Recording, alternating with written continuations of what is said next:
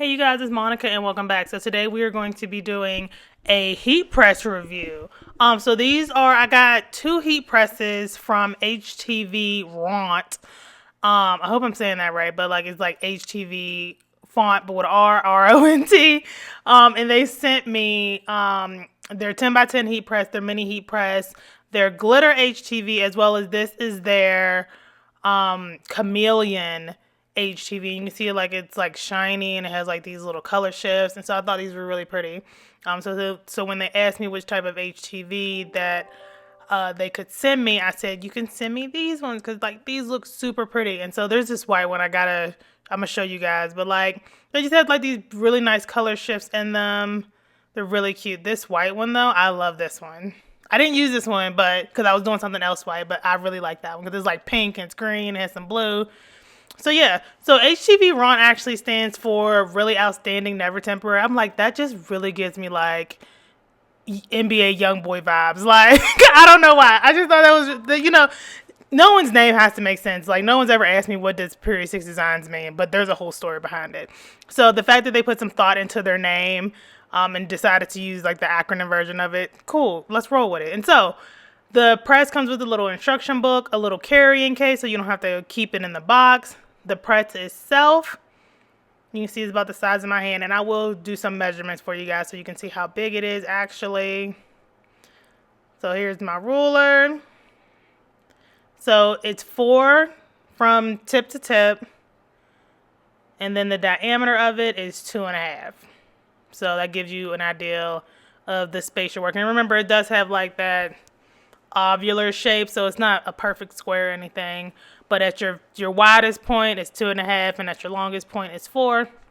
And then they give you this little I call it like a heat protecting tray. I don't know the right words because y'all know I'm gonna be reading the instructions that it goes in. It's like some kind of heavy duty plastic, and even when it's hot it didn't melt it. So yeah, so I looked in the instruction book to see what I should press at, and I decided I'm taking it to the max. We're going all the way up to 3. So you just hit the power button 3 times, and then it'll flash for whatever number that you're on, and then you'll be ready to go. So yeah, I bought this patch at Michael's. I also got this little makeup bag at Michael's because I don't know when this is going to go live, but you may be seeing this when I'm on vacation. So I wanted to make a little makeup bag. And if you know me, and if you don't know, if you're new here, I worked at NASA for 6 years. So I have this affinity for things with rockets on them. And so I saw this patch and I was like, ooh, gotta have this patch. I'm gonna make a little makeup bag for vacation to haul my toiletries in, and we'll be ready to go. So as you can see, it took about a minute to heat up, and all the lights are green, and when the lights turn green, you are ready, green for go. You are ready to go. And so I'm just gonna use this so I've never had like a heat press. So I've always used an iron. And so that's why I was really like, when they said they would send this to me, I was like really excited about it. I'm like, damn, I've been wanting to buy one of these, but like I'm being cheap. Because I think Cricut is the one we always see. But this mini heat press is like $40, and the 10 by 10 one is like $80 or $90, and I'll leave links to them below. Super affordable, a lot cheaper than the other stuff you see on the market. I'm like, well, let's see if it's of quality, because I've just been using my iron, and I've made that work, but the iron can like scorch stuff sometimes. And so that's another thing I was looking for in the product. And so the chameleon glitter is cold peel. That's why you don't see me peeling it off right away. Always make sure you read your instructions on your HTV. Some of them are going to be hot peel, some of them are going to be cold peel. This specific one is cold peel, so just something to be aware of. And I'm not using a lot of pressure, but I am just using both hands. Like both hands pressure, kind of relaxing my shoulders into the product is the amount of pressure that I'm using. Hopefully that makes sense.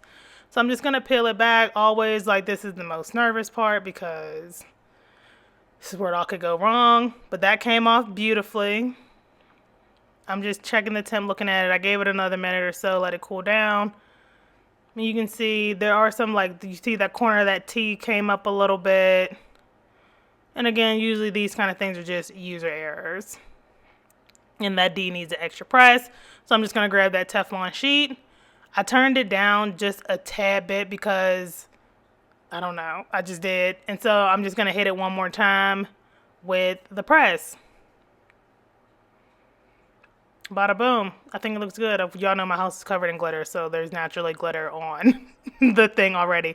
And as you can see, there's no, like if you've used an iron to heat press, especially HTV, you know, you get those scorch marks and it looks like the iron was just on there, and y'all can see it didn't do that. So I was really excited about that. I'm like, okay, we're getting there. This is a good thing. This is a good thing.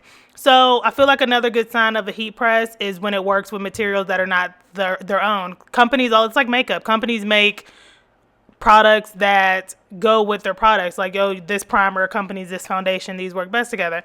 But it's like, well, can you do other things? I'm not always going to want to buy this. I'm going to want to try new things. And so that's why I bought this patch to see if it could press the patch. And so you just saw me like lean into it and apply a little more pressure because, again, this isn't their product. So I'm trying to accommodate. I turned the heat all the way up on this one, and I applied a little more pressure just based off what the instructions of the patch said. And boom, it worked out just fine. So that worked out. Let's move on. And so they also sent me their 10 by 10 heat press. And you can see the name Really Outstanding Never Temporary up there on the box in case you're ever wondering. And this comes with like a little instruction booklet. And again, the little carrying case, which I don't know if this one can I didn't even try to put it in a carrying case, but it comes with a little carrying case. I kept the box for this one because I'm like, I think I feel more comfortable with it in the box. But do what works best for your workspace. And they match. Okay, look at us coming through with the aqua. And then it's sitting inside this. Oh, really quick.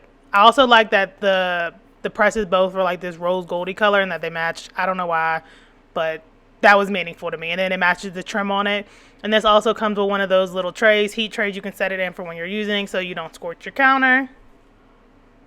All right. And so I went ahead, and plugged this in, turned it on. It was like automatically set to like 400. I didn't check the temperature of what I needed to press, but you can see there's like temperature buttons, timer buttons, a plus minus, the power button. So everything you need is right here, like kind of on this little display. And you can change things as you go. Like, then it's a little finicky, and you definitely have to read the instructions to make sure you know. You see I'm pressing buttons and I'm like, wait, how do I change the temperatures and stuff? So just make sure that you're checking it. So it has like the temperature, the timer, and then the pressure is also another one. So I like this because another reason I really wanted this is because that I wanted to buy some shirt transfers. You know, people sell like the transfers and all you just needed like the heat press, but it tells you like the pressure you need to press it at and the temperature. And so I didn't have one of those heat presses. And so I'm like, oh, maybe I could use it for this. So I'm about to do something with a heat transfer, and it's a sweatshirt. We've been communicating since March. So that's why I bought a sweatshirt, because I wanted something to transition from spring to summer in. But now that we're in summer, I don't need the sweatshirt. But I'm still going to make, because I wear a sweatshirt around the house when I'm working from home. So I like having oversized sweatshirts. And so I got this transfer from a place online. I will leave a link to it below because I can't remember the name at the moment. But it says like something about crafting. So bad. I can't remember. So yeah, I set it to 410. And so I'm going to change the timer because on their website, again, I'm trying to see if I can accommodate, if I can make this as close to like a bigger heat press as you see. So I set it to 8 seconds. I set it to the temperature that they said to set it to, which was 340, and then you can see the 7 seconds. And then you can see it says 6 lbs right now, but once I hit the timer and I press it, you can see the amount of pressure that you apply. And so, again, first go around, let's see what happens. Nope, not ready. So, and I figured it wasn't going to work exactly like a regular desktop with the handle and the locking mechanism heat press, but I know a lot of people want to start like a little business. A lot of people want to make t-shirts. Even if you just see the transfers for yourself and you want to make t-shirts, you know, you shouldn't have to buy a big heat press. And like, I was really hoping that this would be something that people who don't have a lot of workspace, or again, just want to do this for a hobby, could buy, and also don't want to use a iron. So I had to press this quite a few times to get it on there. But again, I really think that part is user error, because I think if I would have known better, I probably would have accommodated the lack of pressure with more heat, and I also would have accommodated it by pressing for longer each time instead of just keep doing 7 seconds, 7 seconds, 7. Because again, I don't have that even distribution of the pressure like I would on a plate of a heat press. And so I just, you know, I'll learn as I go. But I definitely think it is capable. You see, I'm checking because I'm getting anxious. And so I'm like ripping it up. But yeah, it took me a few times, and then once everything was good, and pull these off slowly. But you can see I messed up the U a little bit. Again, that was user error. I was anxious and I was ready to yank it off. But if you just keep going, boom, it comes out good. So I actually really like these presses. I think they did a really good job. The heat distribution seems really even, really easy to use, super affordable, which is what we love. Don't take up a lot of space. That heat, the 10 by 10 heat press is, you can see the U how I messed it up. You can't see it from a distance though. So that's all that matters. But the 10 by 10 heat press is a little heavy. So if you're a little weakling, take your iron pills. I love y'all, but you know, take your iron pills. I'm anemic myself, girl. We're in this together.